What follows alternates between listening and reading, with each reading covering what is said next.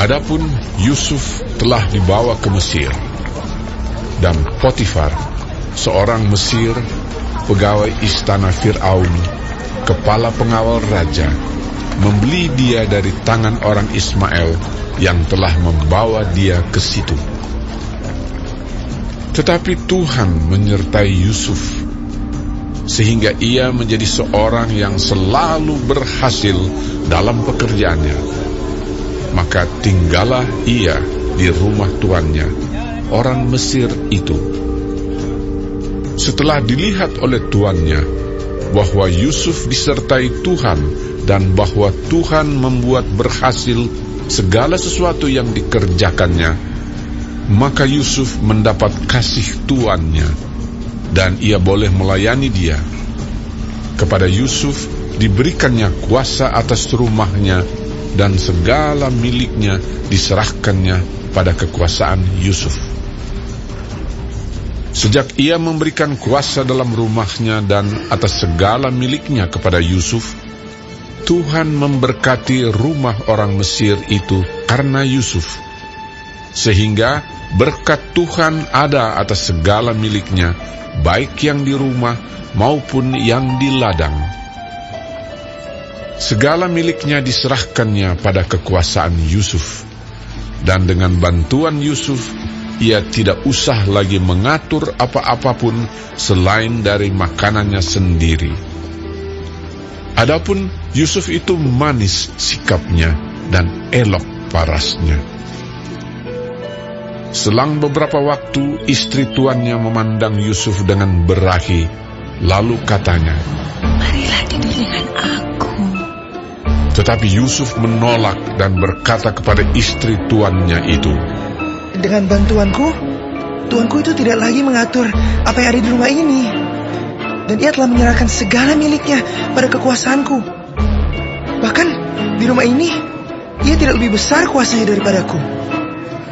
Dan tiada yang tidak diserahkannya kepadaku selain daripada engkau, sebab engkau istrinya. Bagaimana mungkin aku melakukan kejahatan yang besar ini dan berbuat dosa terhadap Allah?" Walaupun dari hari ke hari perempuan itu membujuk Yusuf, Yusuf tidak mendengarkan bujukannya itu untuk tidur di sisinya dan bersetubuh dengan dia. Pada suatu hari, masuklah Yusuf ke dalam rumah untuk melakukan pekerjaannya. Sedang dari seisi rumah itu, seorang pun tidak ada di rumah. Lalu perempuan itu memegang baju Yusuf sambil berkata, "Marilah tidur dengan aku." Tetapi Yusuf meninggalkan bajunya di tangan perempuan itu dan lari keluar. Ketika dilihat perempuan itu bahwa Yusuf meninggalkan bajunya dalam tangannya dan telah lari keluar, dipanggilnyalah seisi rumah itu, lalu katanya kepada mereka, "Lihat,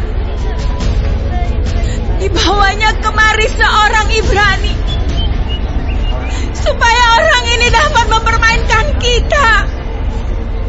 Orang ini mendekati aku untuk tidur dengan aku. Tetapi aku berteriak-teriak dengan suara keras.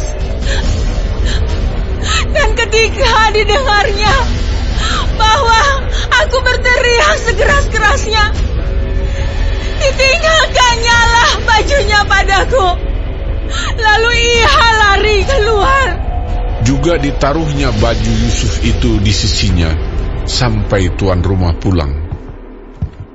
Perkataan itu jugalah yang diceritakan perempuan itu kepada Potifar. Katanya, "Hamba orang Ibrani yang kau bawa kemari itu datang kepadaku untuk mempermainkan aku. Tetapi ketika aku berteriak sekeras-kerasnya, ditinggalkannya bajunya padaku. Lalu ia lari keluar." Baru saja didengar oleh tuannya perkataan yang diceritakan istrinya kepadanya. "Begitulah aku diperlakukan oleh hambamu itu."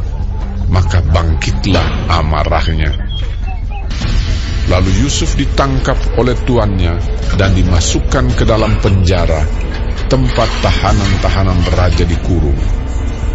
Demikianlah Yusuf dipenjarakan di sana. Tetapi Tuhan menyertai Yusuf dan melimpahkan kasih setianya kepadanya, dan membuat Yusuf kesayangan bagi kepala penjara itu.